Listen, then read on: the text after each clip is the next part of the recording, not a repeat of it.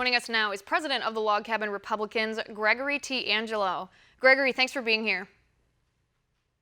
Thanks for having me back on the show, Liz. I wish it was under different circumstances. Yeah, this is not a fun topic. This was a gay man bloodied and beaten for his beliefs. Gregory, where was the outrage from LGBT activists on this? Well, the only LGBT organization that was out there condemning this was Log Cabin Republicans, right? Surprise, surprise.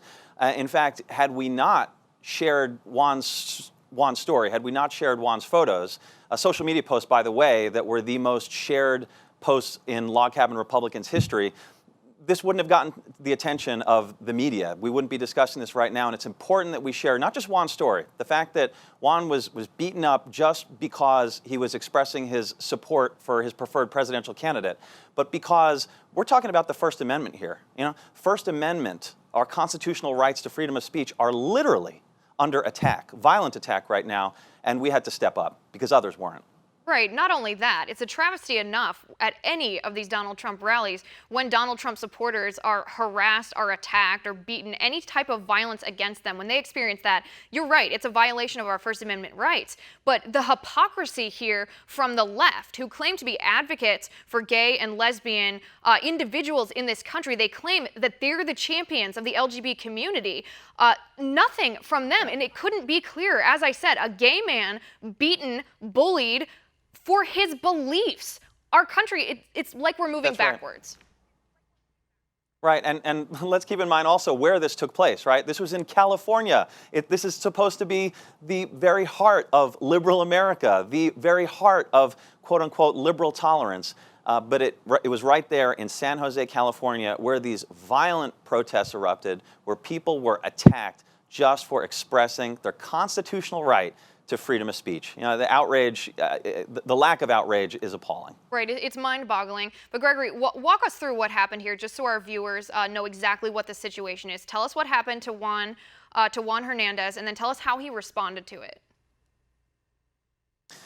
Well, in my conversations with Juan and the stories that he has shared, not just publicly, but also with the San Jose Police Department, indicate that he and others were exiting the Donald Trump rally on June 2nd in San Jose.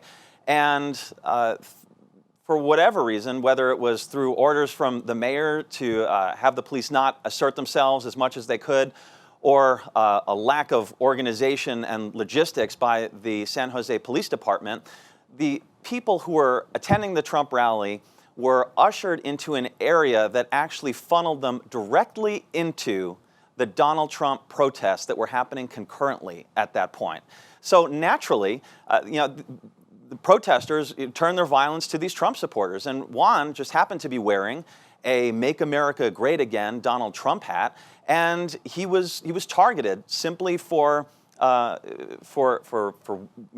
declaring and expressing his support for Donald Trump. He was attacked violently. His nose was broken. When he spoke at that press conference that you aired at the start of this segment, he was speaking through a broken nose.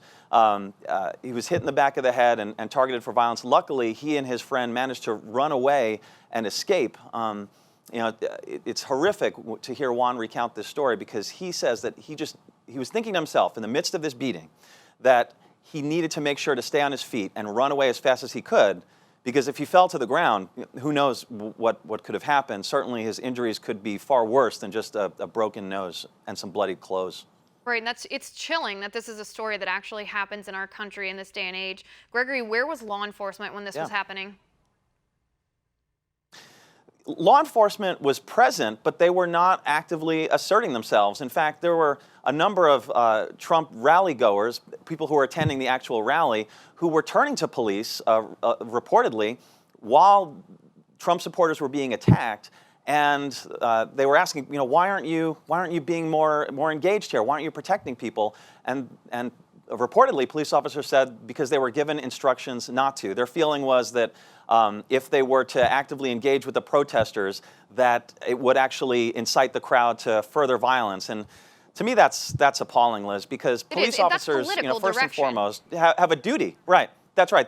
But police officers have a duty to keep people safe, right? And we're not blaming the actual police officers because they were just following their orders. But here's the message that you get from the mayor of San Jose, from the chief of police in San Jose, that if the mob is loud enough, if the mob is angry enough, if the mob is violent enough, your First Amendment rights don't matter and your safety doesn't matter. Really frightening to Right, so consider. the log cabin